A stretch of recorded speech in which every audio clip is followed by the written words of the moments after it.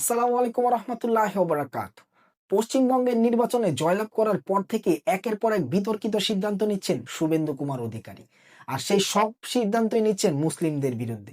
তিনি নিয়ম করেছেন কলকাতা তথা পশ্চিমবঙ্গে কেউই ঈদুল আজহা পালন করতে পারবে না, কেউ ওই গরু কুরবানি করতে পারবে না। অথচ কলকাতার হিন্দু ভাইরা কিন্তু ঠিকই পাশের এই পশুর হাটগুলোতে গরু নিয়ে হাজির হয়েছেন। মুসলিমরা সেখানে যাচ্ছেন কিন্তু গরু গরু ক্রয় করছেন না। বিভিন্ন সামাজিক যোগাযোগ মাধ্যমে আপনারা দেখেছেন যে মুসলিম ভাইরা বলছেন যে আমরা তোমাদের কাছ থেকে গরু কিনবো, বাসায় নিয়ে যাব, কিন্তু সেটা তো কোরবানি করতে পারবো না। সরকার তো আয় নিষিদ্ধ করেছেন, তাহলে আমরা কেন তোমাদের কাছ থেকে গরু ক্রয় করব? আমার আগের ভিডিওগুলো তো বলেছি, এই যে হিন্দু ভাইরা এই ভারতে মুসলিম বিদ্বেষী হিসেবে গড়ে উঠেছে, এটার জন্য সবসময় ভারতের যে পূর্বের যে শাসকরা ছিল, যারা এই ভারত নামক দেশটিকে শাসন করেছেন, তারা দায়ী। এবং বর্তমান সময়ে নরেন্দ্র মোদী, অমিত শাহ এবং এই শুভেন্দু কুমার অধিকারীর মতো মানুষেরাও দায়ী। যেমন মমতা ব্যানার্জি, তিনি তো একজন হিন্দু মহিলাই ছিলেন, কিন্তু তিনি তো এই আইনটা করেন নাই। তখনকার সময় তো ঠিকই মুসলিমরা তাদের ধর্ম ঠিকভাবে পালন করতে পারত, কিন্তু শুভেন্দু কুমার অধিকারী কেন এই আইনটা করলো? এই আইনের মাধ্যমে তিনি সাধারণ জনগণ, সাধারণ হিন্দুদেরকে আরো উস্কানি দিয়ে দিচ্ছেন যে মুসলমানদের উপর হামলা করো। এবং তারা আরো উস্কানি দিচ্ছেন যে গা তো আমাদের গরু তো আমাদের গা মাতা, তাহলে গোমাতাকে আমরা কেন অত্যাচারিত হতে দেব?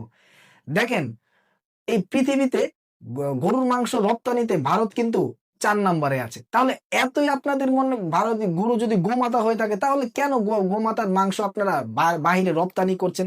বাহির থেকে আপনারা বৈদেশিক মুদ্রা অর্জন করছেন এবং লাখ লাখ লাখ লাখ কোটি কোটি ডলার ইনকাম করছেন।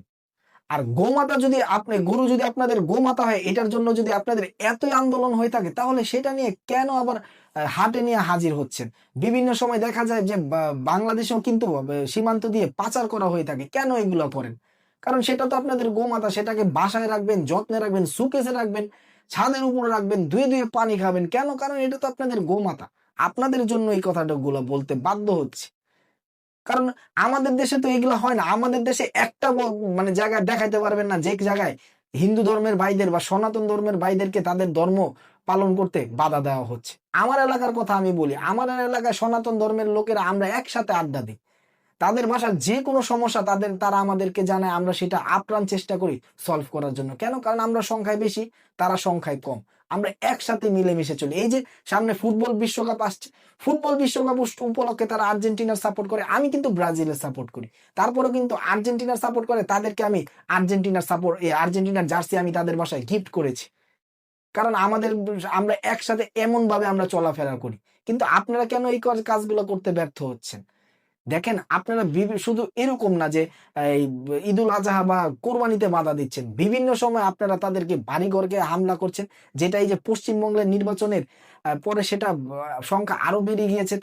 আপনারা মুসলিমদের মসজিদে পর্যন্ত হামলা করছেন, যেটা আসলে কখনোই কাম্য হতে পারে না। আপনার বয়স এখন কত? ৩০, ৪০, ৫০? আপনি আর কয় বছর বাঁচবেন? ১০ বছর, ২০ বছর, ৩০ বছর? তারপর আপনি কোথায় যাবেন? হিসাব কিন্তু দিতে হবে, এটা মনে রাখেন। আজকে আর ভিডিও বাড়াবো না। আজকের ভিডিও এই পর্যন্তই। আল্লাহ আপনাদের সবাইকে হেদায়েত করুক এবং ভারতে হিন্দু মুসলিমদের একসাথে কাঁধে কাঁধ মিলিয়ে চলার তৌফিক দান করুক। ইনশাআল্লাহ আল্লাহ যদি আমাকে হায়াতে বাঁচিয়ে রাখে, আবারও দেখা হবে, কথা হবে। আসসালামু আলাইকুম ওয়া রাহমাতুল্লাহি ওয়া বারাকাতুহু।